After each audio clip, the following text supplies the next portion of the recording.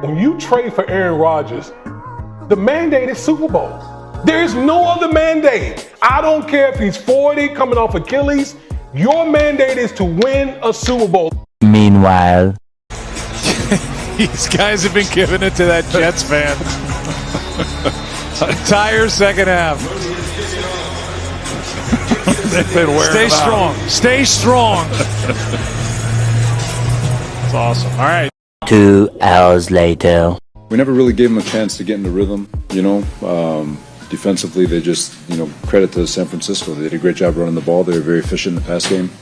Even in the second half when we feel like we made some adjustments in the run game, and they still were, -1 explosive. Thought we did good in the run game, but, they were really good in the pass game too. They're an elite football team, and I know they were missing Christian, but they still have Debo and Ayuk and Jennings and a really good O-line and a really good quarterback. So, credit to them. They executed a heck of a lot better than we did, and we got to be better.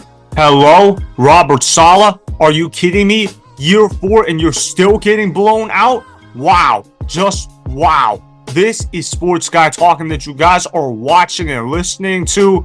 I am Dustin Tran, your host, as I am here today to talk about why Robert Saleh is an embarrassment to the Jets after the Jets got blown out to the 49ers by the score of 32-19. The pressure on Robert Saleh to produce results immediately has been increasing. Despite having Aaron Rodgers as his quarterback last night, the Jets struggled overall as a team all night long. Before I say anything else though, I want to present you guys with a topic question. So here it is. Will Robert Saleh end up being fired by the Jets? I am going to certainly say yes to that question. I believe the New York Jets can forget about making the NFL playoffs. I think the New York Jets are going to be one of the worst teams in the National Football League this upcoming season. Before the season started, I said the New York Jets would win 4 games. That's right. I had the New York Jets being the worst team in the AFC, and I had that team massively underachieving. The New York Jets are not a good football team. Their defense is incredibly overrated. And look, I'm not saying that the Jets defense doesn't have talent. They do have talent. However, it is hard to sustain great defensive play for 3 consecutive seasons. It's impossible to do it in the modern NFL because defenses are going to be eventually worn out if the offense doesn't show up. And more importantly, defensive teams tend to pick up a tendency or two in film studies, which means opposing offenses can find that weakness in the defense. And what is going to happen once they find that weakness in the defense? They're going to expose it as much as possible. And you can only use a good defense for so long before they eventually get exposed because of the modern rules in the NFL. It's hard to sustain a great defense in the NFL. That's why when you have a great defense in the NFL, you have to take advantage of that opportunity because most defenses in today's NFL are only going to be great for a year or two. The New York Jets have had a phenomenal defense the last 2 years. The problem with the New York Jets is during those 2 years, they had an excellent defense. They had Zach Wilson playing quarterback. Now, granted, they did try to address that problem by trading for Aaron Rodgers. I'm not going to fault the New York Jets for making a move on Aaron Rodgers because Aaron Rodgers is a 4-time MVP winner. Aaron Rodgers is one of the greatest quarterbacks to have ever played the game, and they had to think in their mind, okay, Aaron Rodgers is going to be an upgrade over Zach Wilson, if nothing else, and we were winning games with Zach Wilson at the quarterback position. But obviously, the NFL is not a black and white league. Just because you put somebody else in, that does not mean your football team will immediately improve or regress off of one guy. It's the reality of the situation in the NFL. And Robert Saleh banked on Aaron Rodgers being able to have a Tom Brady-like peak in his 40s. Obviously, you look at how Tom Brady was phenomenal in his 40s, but that is obviously a risky gamble to take on because not everybody can be Tom Brady. There's a reason why Peyton Manning didn't even get to age 40, even though Peyton Manning, in my opinion, is considered to be the second greatest quarterback ever to play the game of football. But wherever you have Peyton Manning ranked, there's a reason why he didn't even get to age 40. It's really hard to maintain high-level quarterback play in your 40s. I know guys like Tom Brady spoiled that thought for everybody else, but that thought is not normal at all. To expect the New York Jets to be carried by a 40-year-old quarterback, that is insane in and of itself. Not only that, but Aaron Rodgers is coming off of a torn Achilles injury. Aaron Rodgers is lucky that he's even playing football at this point. And look, I'm an Aaron Rodgers fan. Aaron Rodgers was my favorite quarterback growing up I'm a huge fan of his game. I've always loved the way how he played the game of football. I love his mobility. I love his ability to throw from different arm angles. That's why I fell in love with Aaron Rodgers' game. But I'm also a realist fan as well. I'm telling you right now,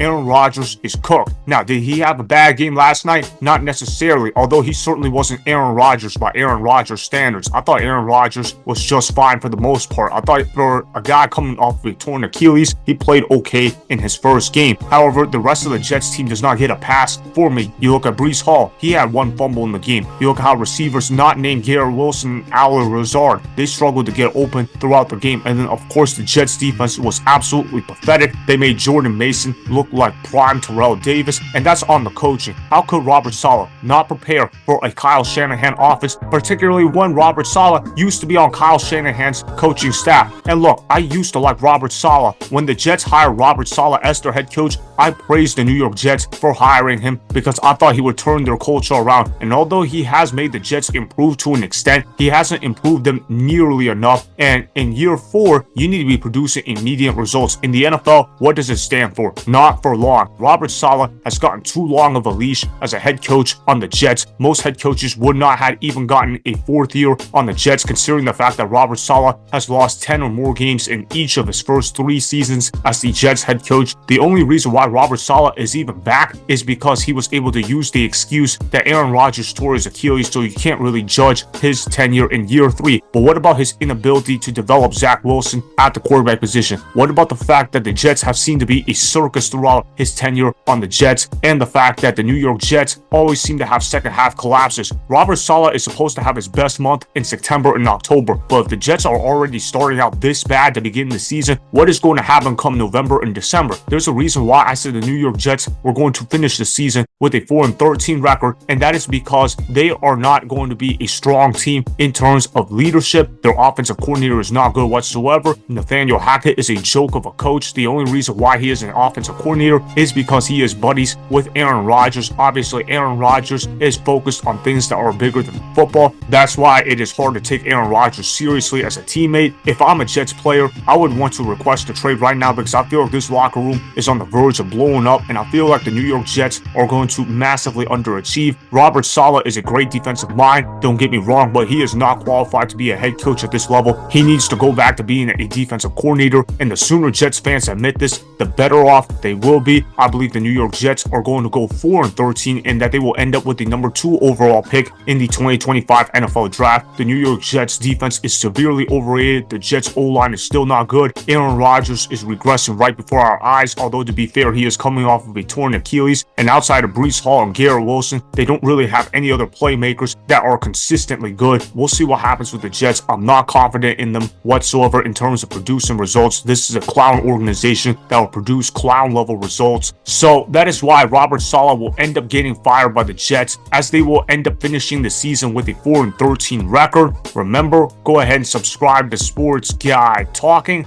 Like the video and please comment down below. If you guys do that, I'm gonna shout you guys out in my Instagram story every Monday. That will be for the @DustinNashTran Instagram account. Make sure to follow me on Instagram @DustinNashTran, and that's Sports Guy Talking.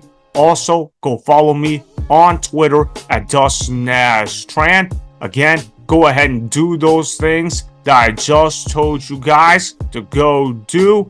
Hopefully, you guys enjoyed the content that was just produced. Peace out. I hope you enjoyed that video. Want more Sports Guy Talking, the home of great sports content? Make sure you click that subscribe button to get the latest from Sports Guy Talking.